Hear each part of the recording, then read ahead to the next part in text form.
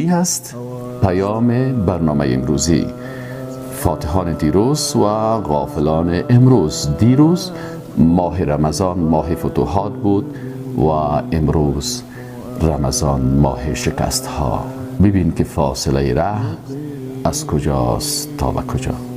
در 17 ماه مبارک رمضان بزرگترین غزوه مسلمانان که فاصله بود یا یوم الفرقان بود که فاصله شد بین مسلمان ها و بین مشرکین و مسلمان ها پیروزی بسیار بزرگ حاصل کردند. در ماه مبارک رمضان در 17 رمضان غزوه بدر بود، غزوه‌ای که لشکر کفر و شرک شکست خوردن و مسلمان ها به سطح دنیا مطرح شدند.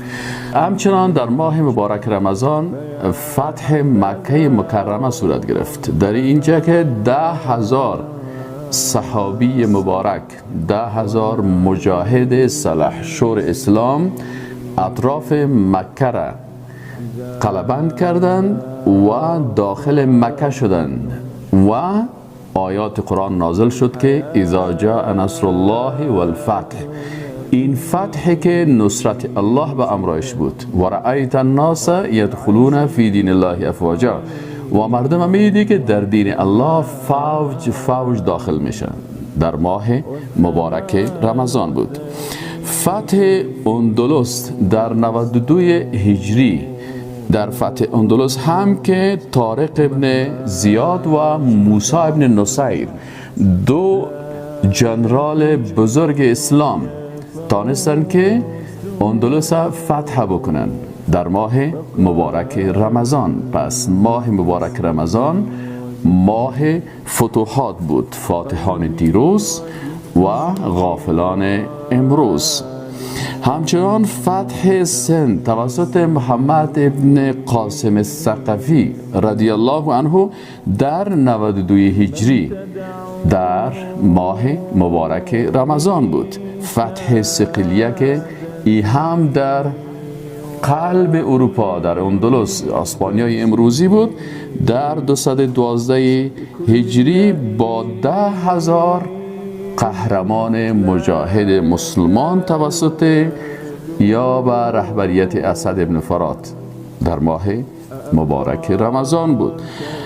فتح عموریه را ما شما بسیار زیاد میشنویم. قلب شیر در عموریه، در امینجا پادشاه فرانسه را مسلمان ها به قلب روبا قلبشان بدل کردن و دستگیرش کردن.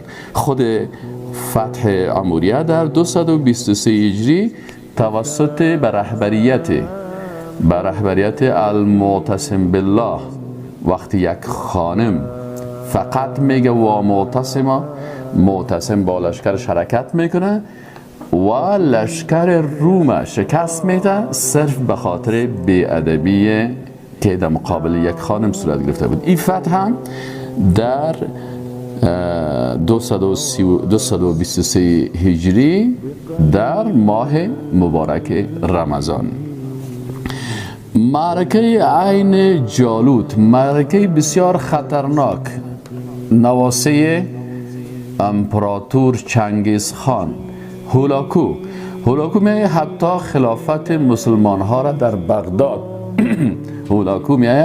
خلافت مسلمان ها را در بغداد سقوط میده، ولی مسلمان ها باز هم شکست نمیخورن، فاتحان هستن. اگر یک جای از دست رفت در جای دیگر دشمن ذلیل میشه.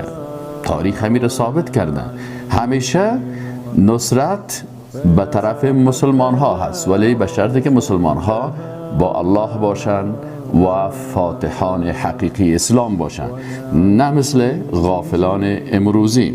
معرکه عین جالوت به رهبریت سیف الدین قطز، یکی از ممالیک که خودش حتی آزاد هم نبود، غلام و برده، ولی رهبریت به دست میگیره و بزرگترین لشکر چنگیزی را شکست میده. در چه وقت؟ در ماه مبارک رمضان. معرکه شهدا هم که در چند کیلومتری پاریس بود. مسلمان ها به اروپا رسیدن و در تقریبا 18 یا 20 کیلومتری پاریس مسلمان ها در چه وقت میرسند؟ در ماه مبارک رمضان. فقال